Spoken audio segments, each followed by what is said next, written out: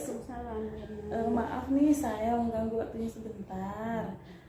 Begini Bu Sus, saya ada penugasan untuk mewawancarai rekan sejawat mengenai kasus yang saya pilih yang berhubungan dengan modul 3.1. Nah, di sini saya ingin meminta pendapat Ibu tentang kasus ini. Kira-kira Ibu bersediakah saya mintai pendapatnya, Bu? Insya Allah bersedia. Alhamdulillah. Baik, Bu. Saya memilih kasus 4 nih, Bu. Saya bacakan kasusnya ya, Bu ya. Pak Budiman merupakan seorang guru matematika di SMP Karunia. Pak Budiman dikenal sebagai guru yang rajin, ramah, penyabar, dan disukai banyak murid.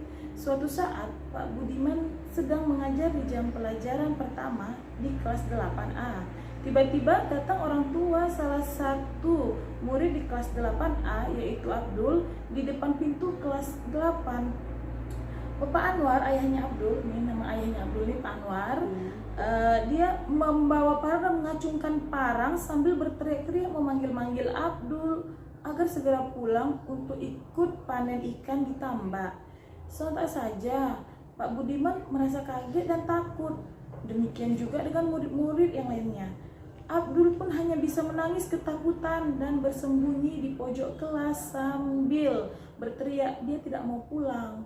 Nah, dalam situasi dan kondisi seperti itu, apakah yang akan Anda lakukan bila Ibu menjadi Pak Budiman? Silakan, Bu. Apabila saya berada di posisi seperti itu, maka hal pertama yang akan saya lakukan adalah saya menenangkan anak-anak dulu, semua anak-anak, kemudian terutama anak si Abdul tadi tuh Bu yang ketakutan lari sampai berondok ke pojok gitu ya, Bu. Saya membawanya kembali ke bangkunya, saya tenangkan dulu dia, kemudian setelah itu saya meminta salah seorang guru untuk menjaga kelas saya. Nah, setelah itu saya mengajak bapak tersebut tadi, Bapak Anwar, untuk menjauh dari kelas kami. Kemudian saya suruh bapak tersebut duduk dan memberikan beberapa pertanyaan agar bapak itu lebih tenang. Jadi Bu, tadinya si bapak itu Pak Anwar datang dengan keadaan yang emosi gitu ya Bu ya, sambil bawa parang dia. Kira-kira apa yang Ibu lakukan untuk menenangkan emosi dari Pak Anwar ini, Bu?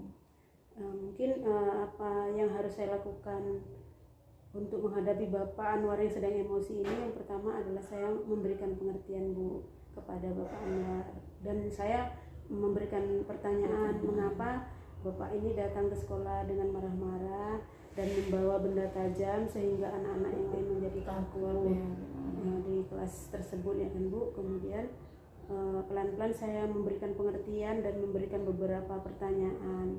Kenapa Bapak ini harus mengajak si Abdul si Abdul untuk harus ikut panen ikan di tambak tersebut? Apakah memang harus hari ini harus ikut gitu ya? Harus ikut. Jadi misalnya lah kalau seandainya Pak Anwar menjawab, si Abdul harus ikut Bu, karena saya tidak punya teman atau saya tidak punya tenaga yang lain gitu Bu kan.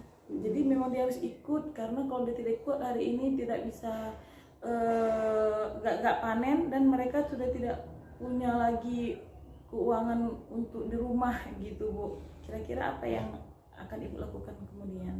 Ini saya kembali memberikan pengertian ya kepada Bapak Anwar ini, bahwasanya kalau sekarang tidak bisa kita membawa si Abdul tadi pergi karena dia masih dalam keadaan belajar, karena sudah masih jam pelajaran dan tidak boleh ditinggalkan, karena kan pendidikan itu penting untuk dia, untuk masa depannya juga. Iya benar sekali. Jadi semua penting ya, memang mungkin panen ikan penting untuk kehidupan, tapi sekolah juga penting masa depan anaknya gitu. Jadi kira-kira Ibu, menurut Ibu solusi apa yang akan Ibu berikan kepada Pak Anwar terkait dengan masalah ini? Ya.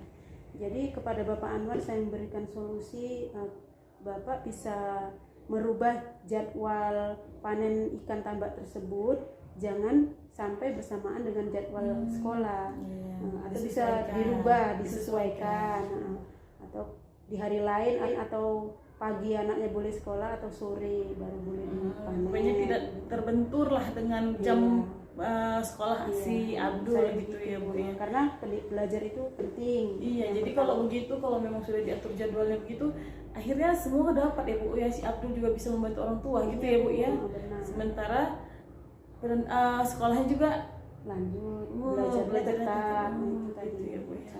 Jadi Bu, kita juga harus memikirkan untuk masa atau jangka waktu yang kedepannya ya Bu ya. Iya, tentang si Abdul ini. Ke depan dia juga perlu belajar untuk masa depan dan bagaimana kita memotivasi dalam belajar dan bekerja ini Bu. Iya benar sekali Bu.